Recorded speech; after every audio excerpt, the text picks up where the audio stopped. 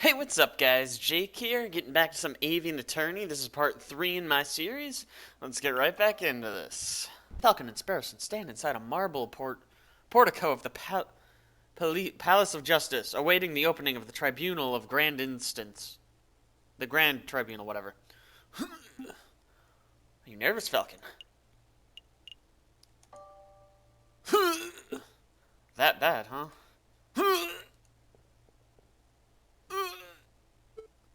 Monsieur Falcon, Petite Sparrowson, is there anything you need me to do? No, we've got a handle on things. Falcon was just telling me how confident he was feeling about the case. That's wonderful. I just know you two will pull through. Let's move it along, fellas. I'll be watching from inside. Do your best for me, Monsieur Falcon. We will. Are we ready? Yes, we are ready. Alright, here we go. Grand Judge Stork presiding. We got this. Alright, settle down, everyone, settle down. Is everyone here? J.J. Falcon present. The defense is ready, Your Honor. Rupert Rabbington present. The readiest prosecution, Your Honor. Darn, that's not it. Gosh, where are my notes? Ha! I knew it. Knew what? Rupert and I went to Paris Law School together. He was in all of my classes. Oh, was he smart? Pfft, no. He always scored the second worst marks in the class. I wonder who scored the worst. Fucking Sparrowson. I can only assume that he bumbled through the final exams on the luck of his 2 rabbit's feet. Unless he's improved considerably, you might already have this trial in the bag. That's good to know. But say, Sparrowson, if Rupert scored the second lowest marks in the class, then who scored the lowest? I choose to exercise my right to not self-incriminate. Here it is. The prosecution is ready, Your Honor. Are the jury present? All present and accounted for, Your Honor. Hey, Falcon, I thought there were only 6 members of the jury for cases like this. Why do I count 8? Because you don't know how to count, Sparrowson, you fool! Oh, those 2 birds with the funny hats are assessors, the associate judges. What? What? What's that even mean? Everything seems to be in order, so let us begin. The court is now in session for the trial of Dame Cataline Demure. Oh gosh, are we there already? Okay, I choose to call the officer in charge of the murder investigation, Inspector Voluturi, to the witness stand. Inspector Voluturi, please approach the stand and recite the oath. As you will, Your Honor. I swear to speak without hatred and without fear, to tell the whole truth and nothing but the truth. Monsieur, no, Inspector, please state your, name and occupation for the record. My name is Inspector Jules Voluturi. I am servant to the law, a scourge of the gutter rats that plague this city. I have enforced the law for over 20 years, and I shall continue until I bring the infamous Viridian Killer to justice. My path begins 18 years ago. Let's stick to the questions, Inspector. Of course, Your Honor. Oh, great. I was hoping we could have one of those bumbling, cuddly officers, but instead we're stuck with a lawful goody two-shoes. I bet this guy would turn in his own mother if he saw her littering. So, Inspector, is it true that you are the head lead investigator on the case? That is correct. I was also among the first to arrive at the scene of the crime. Then perhaps you can walk us through what you witnessed upon your arrival. Absolutely. Just after 7:30, we were alerted and brought to the scene by the housemaid of Baron Roguel. At the scene of the crime, we found Dame Cataline Demure. She was standing over the corpse of Monsieur Granouille, with his blood on her paws. Well, that sounds like an open and shut case, in my humble opinion. No more questions, Your Honor. But bloodied paws?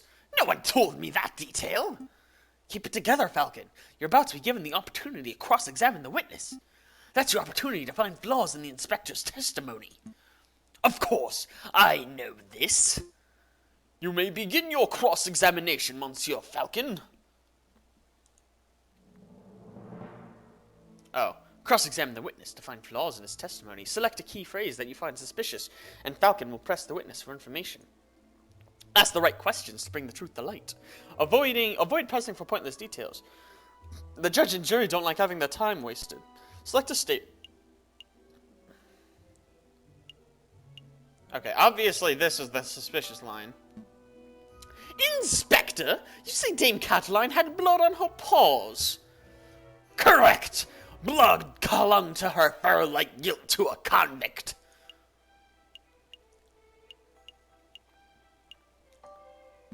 Whose blood was it? Ha! What a question! It was Monsieur Grenouille's, of course.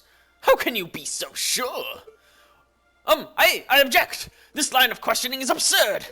There was only one murder victim that night, Falcon. The blood on Dame Cataline's paws could only belong to one person, Monsieur Grenouille. Judge, Falcon's trying to delay the trial by asking pointless questions.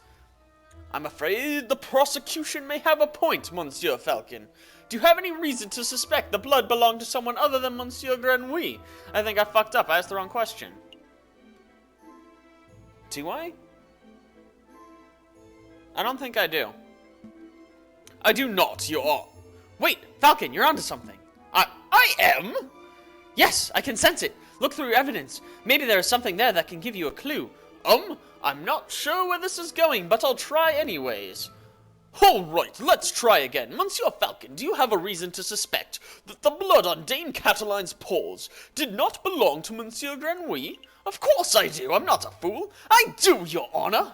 Actually, I have more than suspicion. I have evidence that the blood on Dame Cataline's paws had nothing to do with the murder.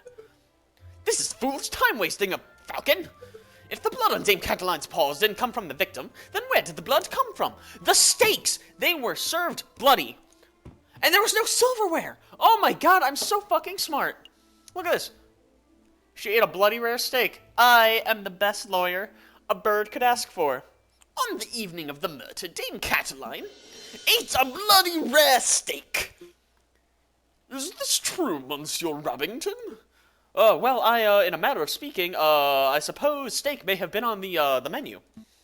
Then, Inspector, would you acknowledge the possibility that the blood on the lady's paws did not belong to the victim, but to the steak? Well... Wait, don't answer that, Inspector. It is a possibility. No. Yes, you gained a little favor with the jury. Yes, excellent. So, Inspector Volturi, is it possible that you arrested an innocent bystander simply for being a messy eater? Now, hold on 1 minute, Falcon. You're overlooking something quite crucial. Dame Cataline is an elegant bourgeois kitten. She was no doubt brought up with flawless etiquette and perfect table manners. At the banquet, she would have eaten a steak with a fork in her left hand and a knife in her right, like any proper civilized animal. How else could she have possibly gotten blood on her paws with such good manners? Oh, that is a good question. Or at least, it would be at any ordinary dinner banquet. But, as it happened, something was missing from that particular banquet. Something that forced Dame Cataline to eat with her paws. Where's the silverware button? Dame Cataline was forced to eat steak with her paws because the silverware of the household had previously been stolen. Stolen? I don't recall any mention of that in the police report. We weren't aware of anything missing from the Roguewell residence when we performed the initial investigation. But as it happened, Baron Roguewell approached us about this very subject last night. Yes, you gained a little favor with the jury. Oh, yes, excellent. What is the meaning of all this? Bloody steak? Misplaced silverware? Inspector, was your investigation so lax that you overlooked these basic facts in your initial report? Lax? My investigation? Judge, I assure you I am the most thorough investigative officer on the force. Then it is amazing the Parisian police managed to solve any crimes at all. Heh. Oh dear. Be on your way, Inspector. Perhaps do a little inspecting for your... Perhaps do a little inspecting for your next case. Fine, so be it. Messieurs, until next time. Prospector, I trust your next witness is ready? Yes, of course, Your Honor. I call upon, let's see, Monsieur Robito Rabino, the photographer who attended the banquet on the night of the murder. Monsieur Robito Rabino, please approach the stand and recite the oath. How does it go? I swear to speak without hatred and without fear, to tell the whole truth and nothing but the truth. It's a little cliche, to be perfectly honest. Could the witness please introduce himself for the court record? As if anyone in this courtroom doesn't immediately recognize me. I am the great Monsieur Robito Rabino, cutting-edge photographer and visionary. I don't just take people's pictures, I capture their very essence. Je suis l'art, tous the pepe. You may have seen my works in hit magazines La Branche or I can send you tweets if you'd like, because he's a bird, get it? What on earth is a tweet? Bird-to-bird communication. Come on, Falcon, it's the 19th century. Get with the times already. Yes, your works are very, impressive. Monsieur Robinino, let's get down to business. Could you tell us your, activities on the night of the murder? Very well. I was hired by Baron Roguel to capture the evening's events. I arrived at 7:30. I pointed my camera and captured the beauty of the banquet in one fantastic photograph. Then I billed Baron Roguel and left. Like a true artist. And, with regards to the photograph itself, who did you photograph? I thought you might ask. I brought a copy so that you all could see for yourselves. Oh, very good. Let's take a closer look. My word, this is an exquisite picture, isn't it? Let's see, who do we have here? In the middle, we see, Baron Roguel, the lion who hosted the event. On the left, we see, Signor Perito Denner, the father of the defendants, Dame Cataline. And finally, we see the, housemaid, Colleen Duhart, who I suspect may have snuck into the picture uninvited. As you can see, two people are clearly absent from the photograph. The first is the victim, Monsieur Granouille. The second is the defendant, Dame Cataline Demure. Quite suspicious, wouldn't you agree? Just a moment, Monsieur Rabbington. This proves nothing. So the defendant and the victim were not photographed with the others.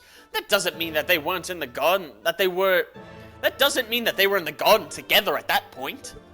Hold your horses, Falcon. I'm not done yet. The prosecution may continue. Behind the photograph suspects, we see a wall clock with the time set at 7:30. That's not right. Now, why is that time specific? Well, as Inspector Voltaire told us earlier, that was the exact time the murder took place. Do you see, Falcon? Every suspect has an alibi at the time of the murder, save for Dame Cataline herself. Falcon, something is fishy. In the jail cell, Dame Cataline told us she was present when the photograph took place, but I don't see her in the photo. That's true, but I can't use Dame Cataline's testimony as evidence. It has too little weight. If I want to prove that Monsieur Rubino's photograph is not a valid piece of evidence, I will have to dish out evidence of my own. Your Honor, I would like to cross-examine the witness. Very well. The defense may proceed. Humph, it's a waste of time if you ask me. Photographs are rock-solid evidence. Except for the fact that the clock didn't have any hands, bitch. I'm right here. Right here. Right here.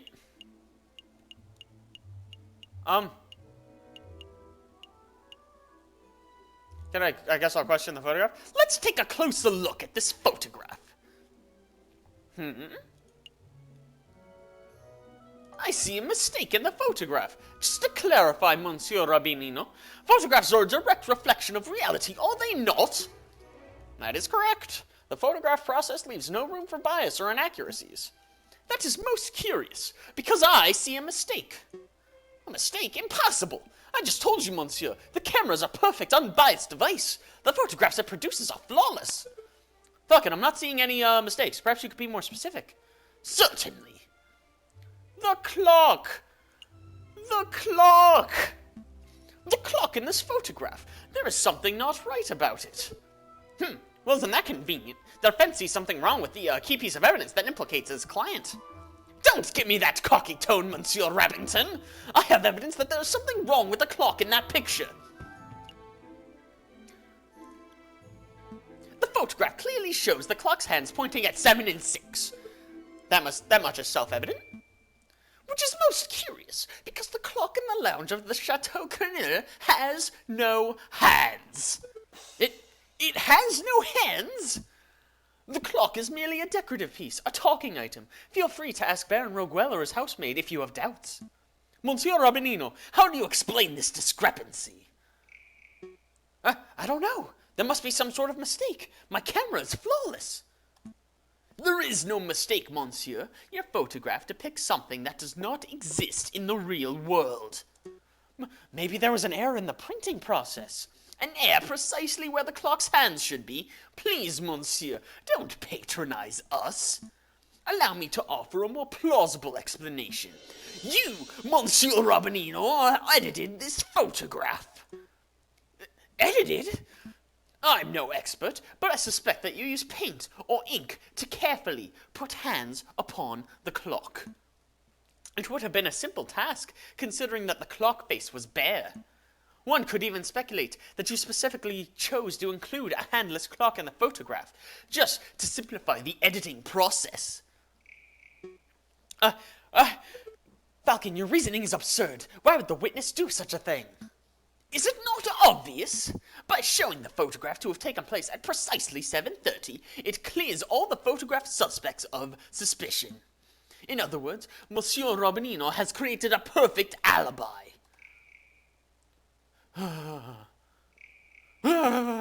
Of course, this raises further questions. Who is the witness protecting? And why? Was Monsieur Robinino coerced, bribed, threatened? Enough silence. Let's hear some answers, Monsieur Robinino. Fine, you've got me. I'm guilty. I did it all. You did? You confessing to the murder of Monsieur Grenouille? What? No. I have no idea who killed the frog. I'm just admitting that I'm guilty of producing fraudulent photographs.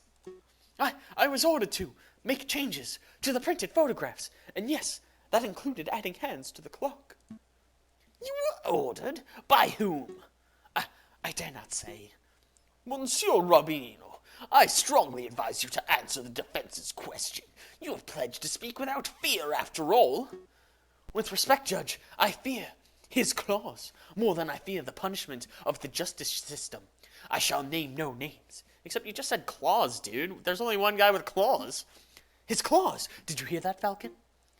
That is most unfortunate. Monsieur Robinino, we cannot and shall not torture names out of you. We don't live under the AC regime, after all. Whatever. But since you have admitted to falsifying evidence, then we cannot keep you on the stand as a witness. Take your leave. You shall be charged with perjury in due course. I can't protest. That's the least I deserve for my failure as an artist. Good day, messieurs. Wow, yeah, I gained a little favor with the jury, yeah.